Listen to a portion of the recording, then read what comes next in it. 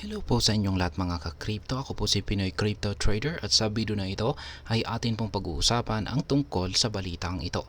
Kung saan ang sabi po rito ay Bitcoin will reach half of gold's market cap, says Vanik CEO. Here's BTC's future price if it will happen. Kaya ayan, meron ang ayon po sa CEO ng Vanik ay naglabas po siya ng isang future price prediction para kay Bitcoin.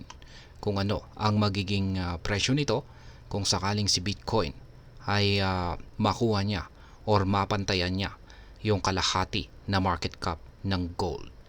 Kaya ayan, mukhang promising po ang prediction ni John Van Eck dito, ang CEO ng Van Eck para kay Bitcoin. Ang ideya na ang Bitcoin ay maaring umabot sa kalahati ng market cap ng gold at maging $350,000 ay talagang napaka-exciting po nito. Kaya kung mangyayari ito ay malaking pagtaas ito mula sa kanyang kasalukuyang presyo ngayon.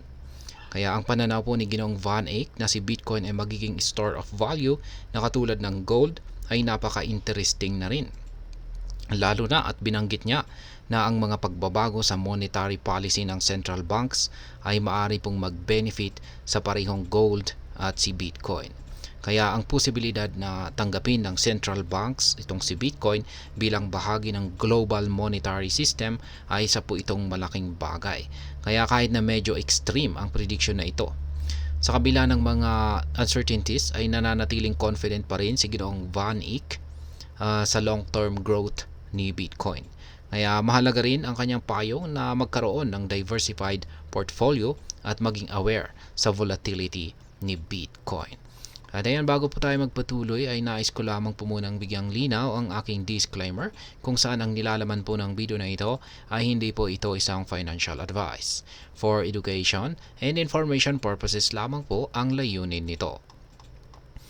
At ayan, si Van Eck, ang CEO ng Van Eck na si Ginoong John Van Eck ay gumawa po siya ng isang napakatapang na prediction para kay Bitcoin, kung saan ay siya po ay nagsasabing si Bitcoin ay nagmamature na at maaring maabot nito ang kalahati na total market capitalization ng gold.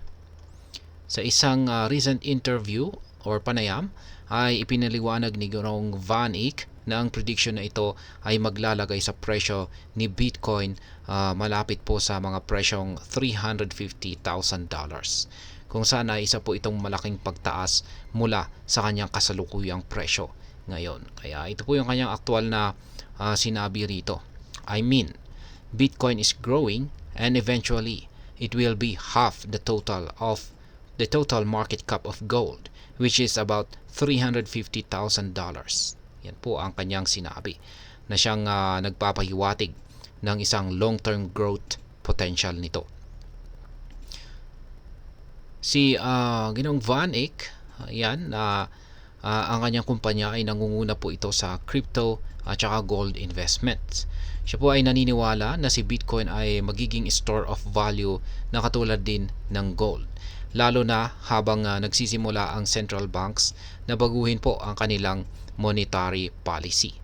Kaya binanggit niya na ang potential easing ng Fed sa ekonomiya ay makikinabang sa parehong gold at Bitcoin. Nagbigay din po siya ng hint or palatandaan sa isang mas optimistic na scenario, kung saan ay nagsasabing kung tatanggapin ng central banks ang itong si Bitcoin bilang bahagi ng global monetary system, ang presyo nito ay maaring umabot sa milyon-milyon.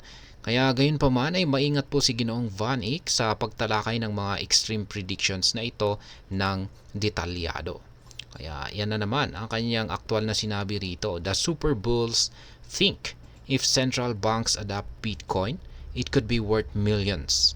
But I don't want to talk too much about that. Kaya yan ang sabi ni Ginoong Van Eck, kung saan ay tumutukoy po sa mga models na nagpipredict na ang itong si Bitcoin ay maaring umabot po sa mga presyong $2.9 million. Habang kinikilala ng mayroong major uncertainties sa ganitong prediction ay nananatili pong confident si Ginoong Van Eyck sa kanyang long-term trajectory kay Bitcoin. Kanya pong binibigyang diin na ang kahalagahan ng diversified portfolio at pinapayuhan po niya ang mga investors na lapitan ang future role ni Bitcoin ng may pananampalataya ngunit maging aware sa inherent na volatility nito. At ayan, hanggang dito na lamang po tayo sa video na ito mga ka-crypto. Sana po ay inyong nagustuhan ang aking paliwanag sa video na ito. Kung inyo po itong nagustuhan, pakiclick lamang po ang like button nito. Para naman po sa mga bago lamang dito, kayo po ay aking inaanyayahan para mag-subscribe. Pakiclick na rin po ang bell icon nito dahil ito po ang siyang magsisilbing notification nito sa mga bago kong videos na akin pong ina-upload sa aking YouTube channel na ito. Marami pong salamat sa panonood. Ingat po tayo lagi at God bless po sa ating lahat.